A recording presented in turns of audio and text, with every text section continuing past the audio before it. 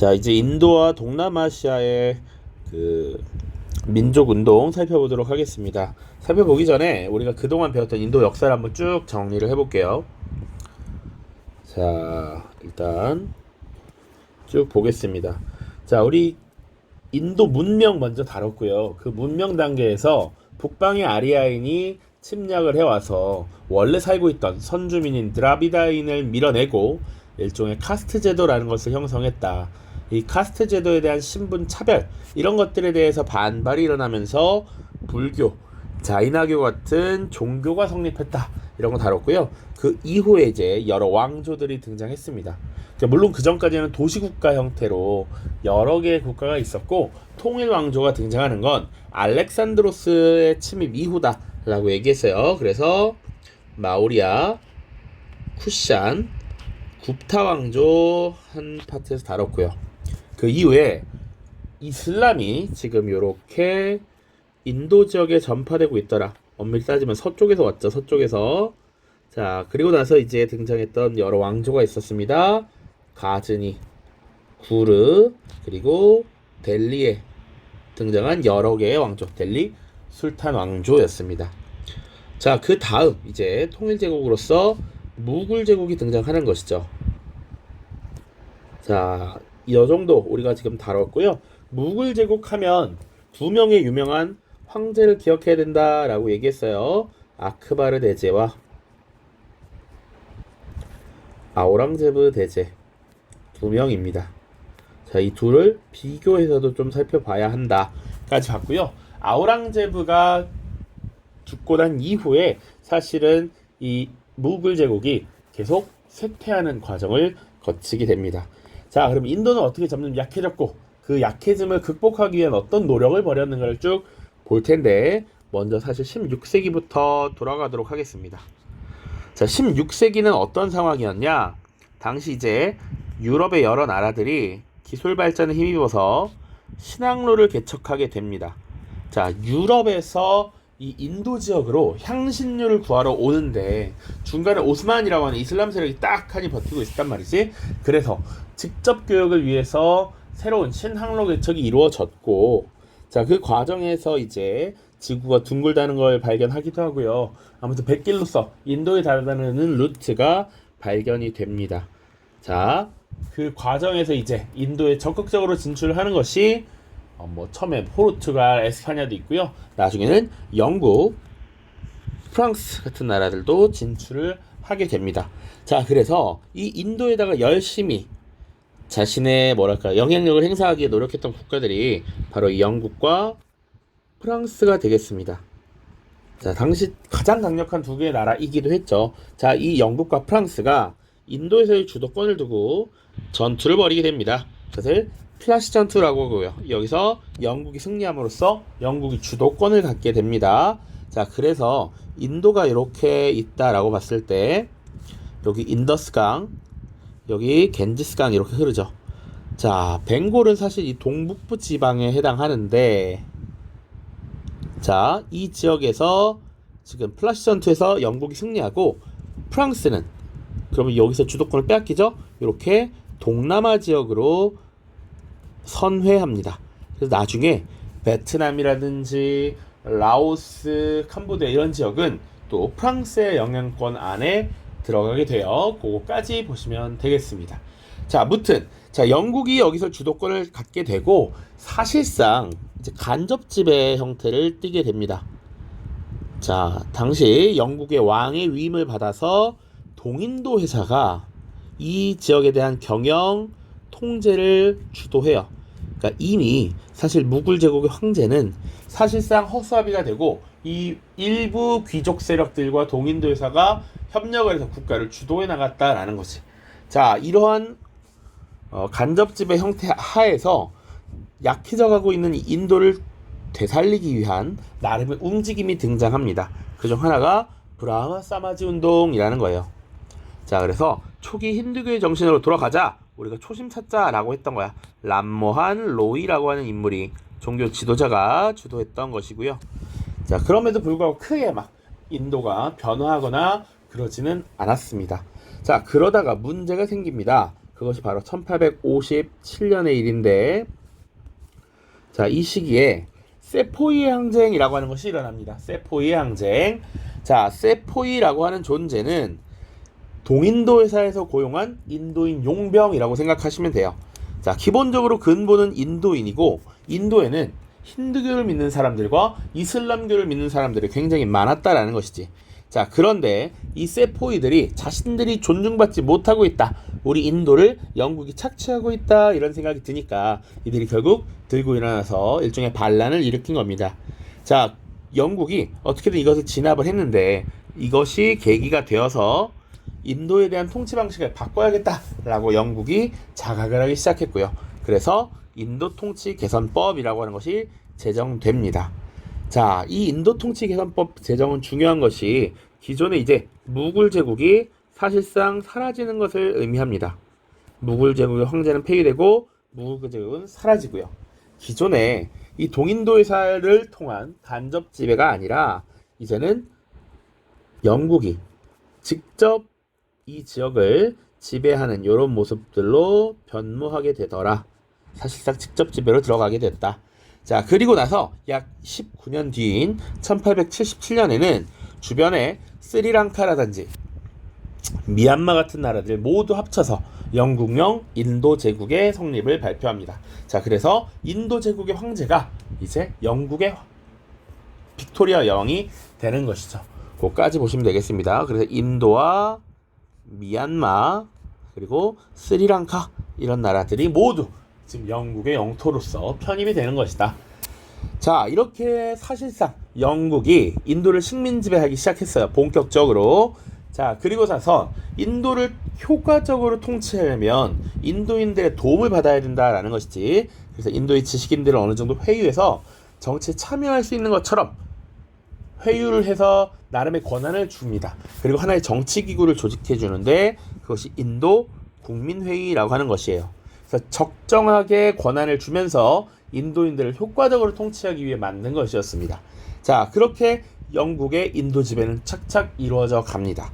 자, 그런데 나름 이 영국의 협조적이던 인도 국민회의가 180도 바뀌는 계기가 생겨요. 그것이 바로 뭐냐면 벵골 분할령이라는 겁니다. 자, 이 벵골 지역을 효과적으로 통제하기 위해서 이 벵골 지역을 나눈다라고 발표한 거야. 결국 이 의도는 사실 우리 배우지 않았지만 이슬람교도와 힌두교도를 이간질시키는 작전이었어요. 자, 그래서 이 벵골 분할령을 기점으로 인도 국민회의가 반영 운동의 구심점이 되고요.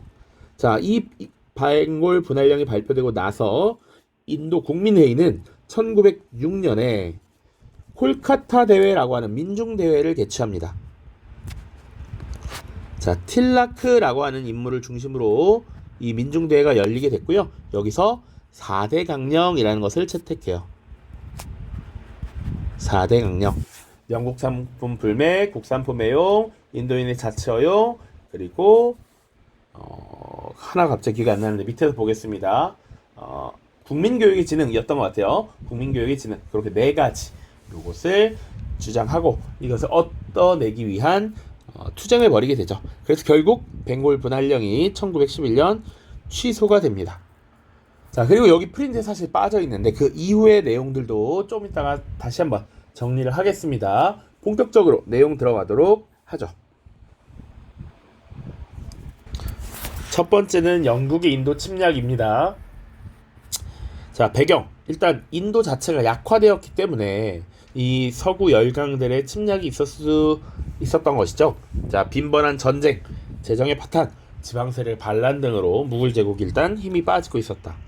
자, 지방세력의 반란이라고 하는 것 예시를 좀 알고 계시면 좋을 것 같아요. 여기서 말하는 지방세력, 나나크가 창시한 시크교도의 반란도 하나가 될 수 있고요. 마라타 동맹의 반란도 될 수가 있고요.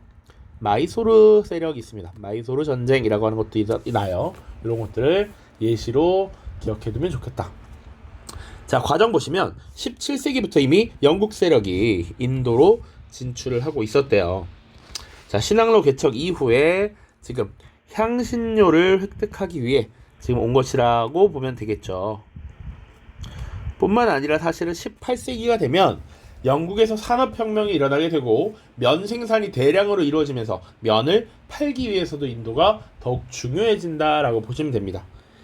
자, 그래서 영국만 인도에 온 건 아니었고 사실 이미 프랑스도 인도에 영향력을 행사하고 싶었는데 이 두 세력이 한번 크게 맞붙게 되죠. 1757년입니다. 플라시 전투고요. 영국이 벵골과 프랑스 연합군의 승리를 하면서 벵골 지역에 대한 통치권을 장악했고요. 이후에 점점 더 인도 내에서 많은 영향력을 가지게 되더라. 자, 그래서 그 지역을 동인도 회사가 주로 지금 케어를 하게 된다라는 것까지 보셔야 됩니다. 이 동인도 회사 자체도 기억해 주십시오. 자, 그 다음입니다.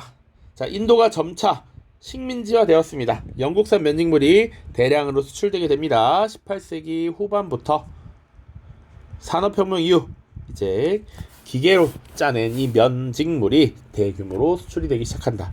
자, 그리고 이 면직물을 생산하는 원료였던 면화를 재배할 것을 강요하게 돼요. 자, 여기 산업혁명이라고 하나 써두고요. 면화라고 하는 건 기본적으로 면직물을 만드는 원재료가 되겠죠. 이 원재료를 값싸게 공급받기 위해서 이것을 강요하더라. 자, 그리고 아편 재배를 강요합니다. 이것도 18세기 말부터야. 중국사에서 우리 다뤘습니다. 영국이 중국과 무역을 할 때 광저우의 공행을 통해서만 무역을 하는데 당시 무역 적자가 심각했다고. 그래서 이 무역 적자를 메꾸기 위해서 인도에서 아편을 길러서 중국에 수출을 하는 모습을 보였죠. 그 아편이 인도에서 지금 재배가 되고 있었습니다. 자, 그 이후에 세포이의 항쟁이라고 하는 사건이 등장해요. 약 플라시 전투가 있었던 100여 년 뒤입니다. 세포이의 항쟁. 그럼 세포이가 뭐였느냐? 우선 동인도 회사가 고용한 인도인 용병입니다. 동인도 회사가 고용한 인도인 용병. 1857년 연도도 같이 봐주세요. 자, 그러면 이 인도인 용병들은 왜 들고 일어났는가를 봐야겠죠. 일단 영국의 식민 통치 자체가 너무 가혹해. 그리고 직접적인 발단은 종교적 전통을 무시한 겁니다. 자, 탄약 주머니의 기름 문제라고 돼 있어요. 여러분들 교과서의 177쪽 꼭 보셔야 됩니다. 자, 이게 뭔 얘기냐? 당시 인도인들은 힌두교도들도 많았고요. 이슬람교도도 많습니다. 자, 그게 무슨 문제가 되나요? 라는 건데, 당시 탄약 주머니에 안쪽에 보통 이 원활한 사용을 위해서 기름칠을 해놔요. 그런데 이 탄약 주머니에 하필이면 주로 돼지기름이나 소기름을 발랐다라고 하는 겁니다. 자, 근데 우리가 통합사회 시간에도 배웠을 거고 우리가 익히 잘 알고 있기 때문에 이 힌두교에서는 어떤 동물을 신성시해요. 소를 신성시하죠. 그러니까 소를 입에 댄다는 거 상상도 못해. 이슬람교도들은 돼지를 굉장히 불결하게 여겨. 굉장히 극혐해. 그래서 입에 안 대. 그런데 이 탄약 주머니에 소기름, 돼지기름이 발려있다고 하니 우리들의 종교적 전통을 존중하지 않고 무시하는 것이냐라는 것이 직접적 불만, 발단이 된 것입니다.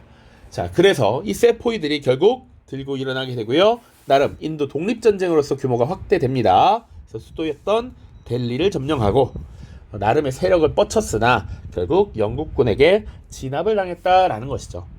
자, 그럼에도 불구하고 이 세포이 항쟁은 나름의 의미가 있었다라는 겁니다. 인도 최초의 민족운동으로서 인도인의 민족의식을 고양시켰어. 우리가 영국으로부터 이렇게 당하고 있을 것이 아니라 우리가 힘을 내야 된다. 우리가 맞서 싸워야 한다. 이런 인식을 줬을 수도 있고요. 그리고 영국에게도 경각심을 줍니다. 아, 우리가 너무 안일했다. 동인도 회사를 통해서 간접적으로 그들에게 권한을 주고 막 하게 했더니 이들이 제대로 된 통치를 하지 못하는구나. 이거 책임감 있게 우리 정부가 직접 통제를 해야겠다라고 생각을 하면서 인도 통치 개선법을 그 다음해인 1858년에 제정합니다. 자, 그래서 동인도 회사의 인도 지배권 박탈하고요. 동인도 회사를 해체하는 것이죠. 그와 동시에 플러스 알파입니다. 자, 무굴 제국의 황제를 폐위시켜요. 황제도 폐위시키고요. 자, 이 말은 뭐냐? 사실상 이제 영국 정부가 인도를 직접 지배하게 되었음을 나타내는 것이죠. 아까 연표에서도 다뤘습니다. 자, 그래서 인도에 대한 통치는 영국 정부의 내각에서 한 장관이 맡아서 하도록 이렇게 했습니다. 자, 그로부터 10여 년 뒤, 약 20여 년 뒤가 흐른 1877년에 영국령 인도 제국이 수립이 됩니다. 요것도 연도도 같이 봐두세요. 이때는 직접 통치에 들어간 인도뿐만 아니라 미얀마 그리고 스리랑카까지 하나의 나라로 합쳐서 영국령 인도 제국을 선포합니다. 자, 그래서 당시 영국의 빅토리아 영이 인도의 황제를 겸임하면서 이렇게 통치를 하는 모습을 보여주었다까지 보시면 돼요. 이로써 인도의 역사가 끝이 나고 영국 제국의 역사로 편입이 되는 것입니다. 자, 그러니까 지금 서아시아부터 쭉 우리도 봤지만 일단 유럽에 영국이 있죠. 영국이 아프리카에도 식민지를 많이 가졌고요. 서아시아에도 인도에도 뭐 심지어는 홍콩까지 가져갔으니까 해가 지지 않는 나라라는 별명을 가진 것도 이상하지가 않다라는 것이죠. 자, 아무튼 이렇게 인도가 사실상 사라지게 되고 이 인도 지역은 영국의 지배를 받게 됩니다. 자, 그 이후에 인도인들이 자신들의 권리, 국권을 회복하기 위해서 벌인 여러 가지 움직임들이 있었다라는 거죠. 그것들을 살펴보겠습니다. 자, 배경 보시면 영국이 식민 지배를 하는 과정에서 얘네들을 피지배층들을 효과적으로 통제하기 위해서는 그들끼리 싸우게 만드는 이런 전략을 주로 세웠습니다. 자, 사회적, 종교적 분열을 이용했다라는 것이지. 자, 여기서 사회적 분열이란 카스트에 따른 혼란 같은 것들이고요. 혹은 종교라고 하는 건 여기는 힌두교도들도 있고 이슬람교도들도 있잖아. 이런 것들을 활용해서 지금 그들의 세력을 알아서 약화시키게 하고 통제력을 높이기 위한 방법을 추구했다라는 것이지. 그러니까 우리가 영국에게 이렇게 당하고 있어서는 안 된다라고 하는 것이었습니다. 자, 그래서 서양식 근대 교육을 받은 지식인들, 자본가들을 중심으로 영국에 저항할 것을 주장했어요. 이때 등장한 여러 가지 움직임이 있는데 일단 먼저 하나, 브라마 사마지 운동을 보겠습니다.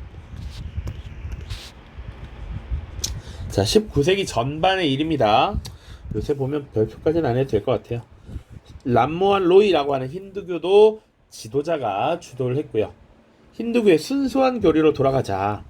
자, 순수한 교리로 돌아가면 종교는 경쟁이나 다툼을 하지 않는다라는 것이지. 그리고 우리가 전통 문화를 잃지 말고 지키자라는 것이죠. 자, 그래서 우상숭배 배격이라든지 카스트 제도에 대한 반대라든지 그리고 악습이었던 사티의 폐지를 주장합니다. 사티는 보통 남편이 죽으면 그 부인을 따라 죽도록 하는 이런 악습이었습니다. 그런 것들을 폐지하자라고 주장했던 것이 람모한 로이 주도의 브라마 사머지 운동이었습니다. 자, 그 다음 인도 국민회의의 활동도 보겠습니다. 인도 국민회의, 말 그대로 인도인을 대표해 보이는 이런 중요한 역할을 할 것으로 보이죠. 인도 국민회의입니다. 자, 결성 볼게요. 자, 인도 국민회의는 인도인들이 먼저 자발적으로 한 것은 아닙니다. 자, 그래서 영국이 인도의 지식인들을 회유하고 포섭하기 위해서 이들을 끌어들이고 이들을 통해서 인도인들을 효과적으로 통제하려고 만들어준 기구야. 자, 그래서 인도 국민회의가 1885년에 결성이 되고요. 그래서 이들은 초기에는 영국에 협조를 하면서 인도인들의 권리, 권익을 확보하기 위한 노력을 벌였다 정도로 보시면 됩니다. 연도도 한번 봐주시고요. 자, 그런데 이 인도 국민회의가 초기엔 영국의 협조적이었다가 나중에 결국 반영운동의 구심점이 되거든요. 자, 반영운동의 전개. 왜 그렇게 됐느냐? 영국이 발표한 벵골 분할령이라고 하는 이런 문서 때문입니다. 자, 1905년에 발표된 벵골 분할령이 뭐였느냐? 영국이 표면적으로는 영토가 넓어서 땅덩어리가 너무 넓어서 효과적으로 통제하기 어렵다라고 명분을 내세웠지만 사실은 그 벵골 지역에 살고 있었던 힌두교도들과 이슬람교도들을 이간질하기 위한 방법이었거든.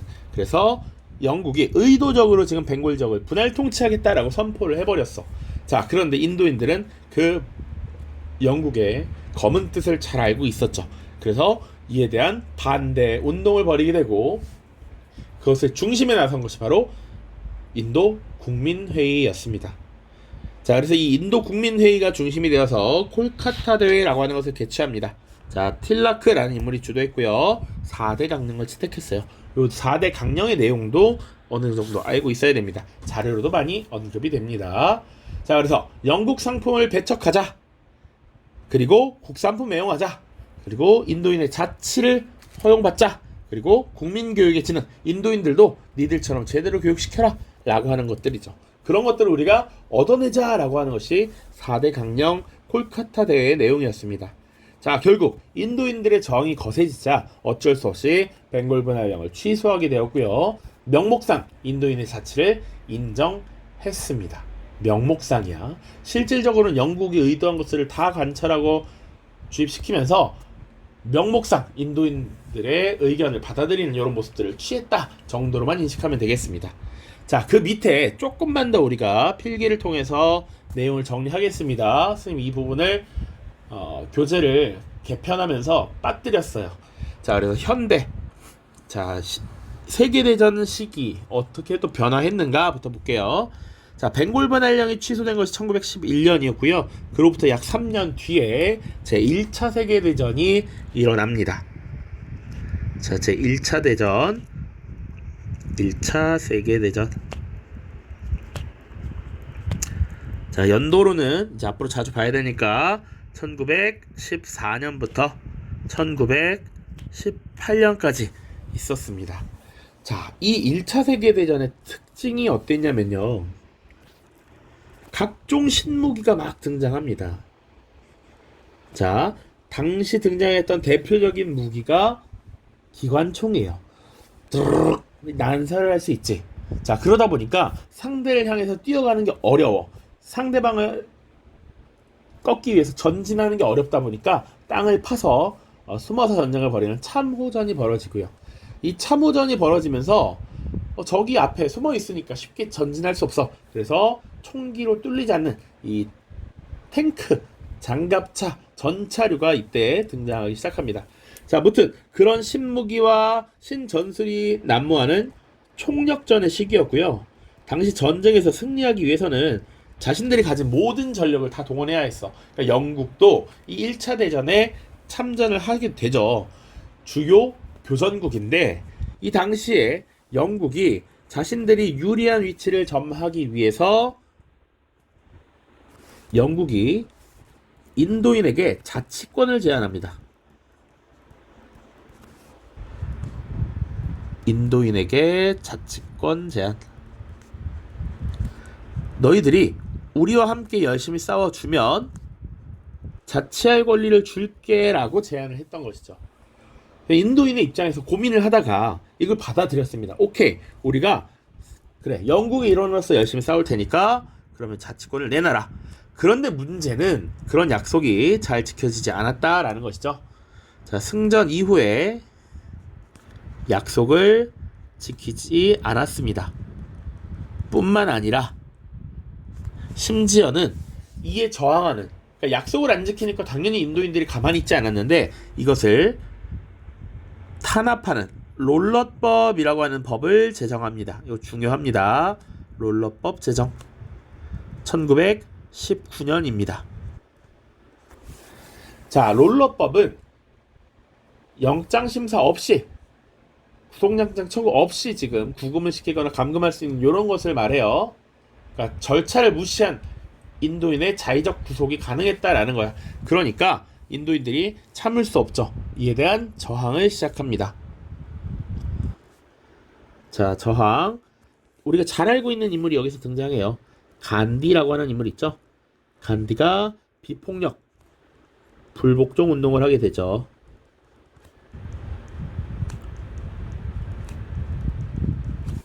자, 비폭력, 불복종. 자, 그리고 사실 이런 간디의 스타일 말고 또 다른 스타일의 독립운동을 벌이는 인물이 있습니다. 네루라고 하는 인물이 있어요. 네루는 무력투쟁을 벌이게 됩니다.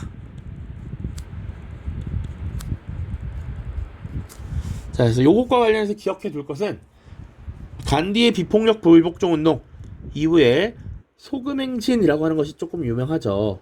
이거 통합사회에서도 다뤄질 수 있는데 1930년 소금행진이라는 게 있었고, 네로는 무력투쟁을 벌이기 위해서 기존의 인도국민회의 말고 인도 독립동맹이라고 하는 단체를 결성하기도 합니다.